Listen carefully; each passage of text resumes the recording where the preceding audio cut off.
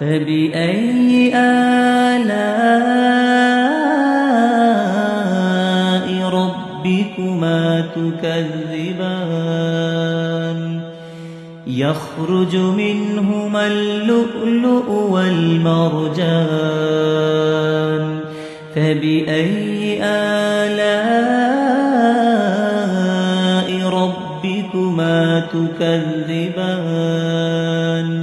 وله الجوار المنشآت في البحر كالأعلام فبأي آلاء ربكما تكذبان كل من عليها فان ويبقى وجه ربك ذو الجلال والإكرام فبأي آلاء ربكما تكذبان يسأله من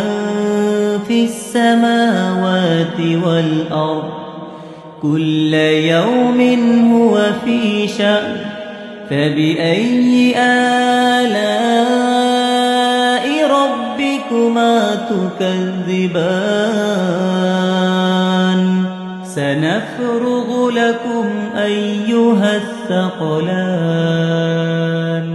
فبأي آلاء ربكما تكذبان يا معشر الجن والإنس إن استطعتم أن تنفذوا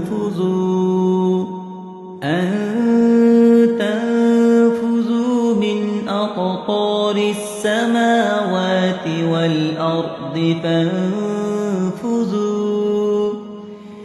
فانفذوا لا تنفذون إلا بسلطان فبأي آلاء ربكما تكذبان يرسل عليكما شواظ من نار ونحاس